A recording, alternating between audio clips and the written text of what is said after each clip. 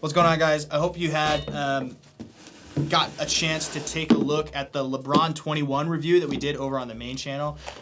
Today, I just wanted to discuss some of the cool design cues and materiality that I didn't really get to talk about in the main video. I have a pair of Air Zoom Generations here. This is actually LeBron's first pair of shoes that launched in 2003. This is not a pair from 2003. This is actually a retro with the St. Vincent St. Mary colorway.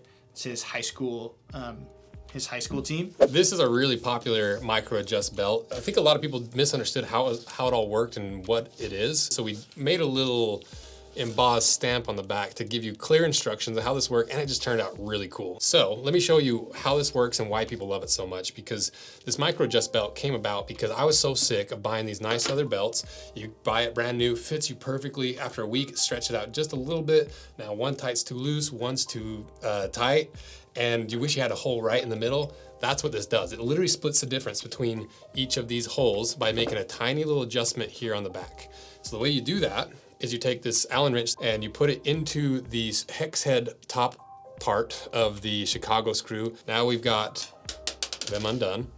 So we're gonna take them out, and all we're doing is just shifting the holes to the next hole. So you can see there's a plus sign there. So if you shift it that way, it's gonna make it like half an inch bigger. If you shift it the other way, it's gonna make it half an inch smaller. And that is how you split the difference between one hole that's too tight and one's too loose. Little teeny micro adjust, it makes all the difference in the world. These are really popular, and we're just trying to build out our belt offering. So this is more of a casual belt, but stay tuned for more micro adjust stuff in a few different variations of belts. So check them out below. Thanks for supporting our business and everything we do, the handmade stuff we make here in the shop that support the YouTube channel. Plus you get handmade American goods made from American leather, made by us. What more could you ask for? Especially when it comes to making a belt actually fit you. So check them out below. Thanks, guys. But some of the cool things are the lining on this shoe is actually, it's a package material. Hopefully we get some macro shots of it. The package material basically means it's a sandwich of several different materials adhered together. So this tongue is like a really breathable like power mesh with a perforated foam and then another piece of that mesh. And the heel is similar. It has this perforated foam in the heel lining. And this is actually a callback to the original Air Zoom Generation. You can see it has the same liner here. You can see kind of like the dimples in it. But this was a design by Aaron Cooper, awesome, legendary Nike, just footwear designer in general. And he was inspired by egg cartons because LeBron wanted really comfortable shoes and protective shoes.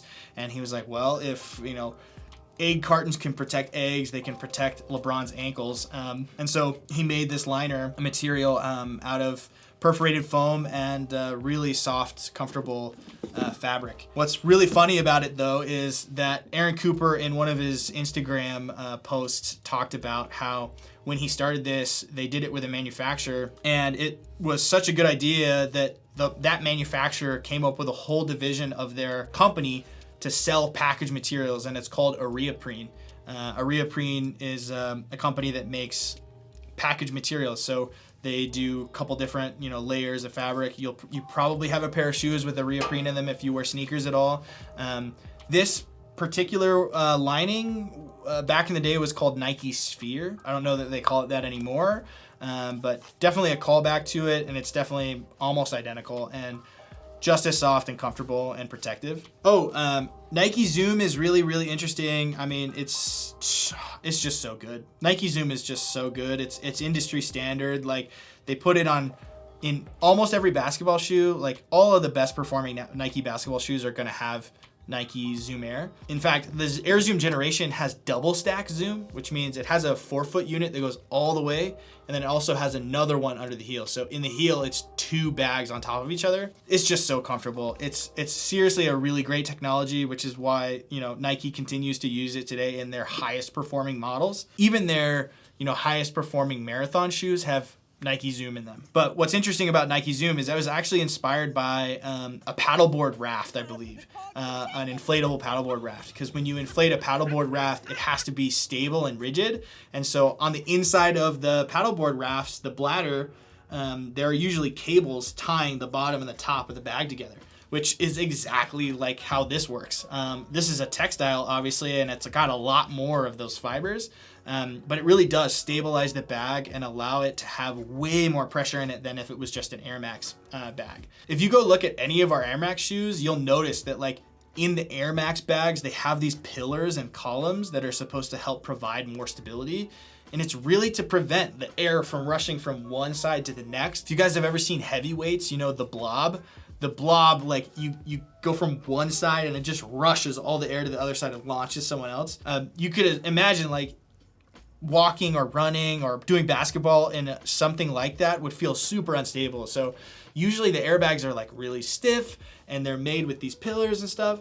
But, you know, the benefit of the innovation in Nike Zoom is that you can pressurize the bag to no end. You know, it's basically like the yielding strength of the plastic and the tendrils or the fibers inside that are your limiting factor. But you can make an air unit that's extremely responsive, and they're just comfortable. It's just a comfortable technology. Again, I was gonna talk about, you know, the 20 is when LeBron shifted his whole line to low tops. You know, low top basketball shoes are by any means are not new. In the video, we kind of talked about like, are, you know, high tops dead? Why is everybody moving to high tops? Or sorry, are high tops dead? Is everybody moving to low tops? And it's just because like, you know, we didn't know what we didn't know. It makes sense that high top basketball shoes were super popular because, you know, what happens when you break your ankle? You wear an ankle brace or you wear, you know, a cast.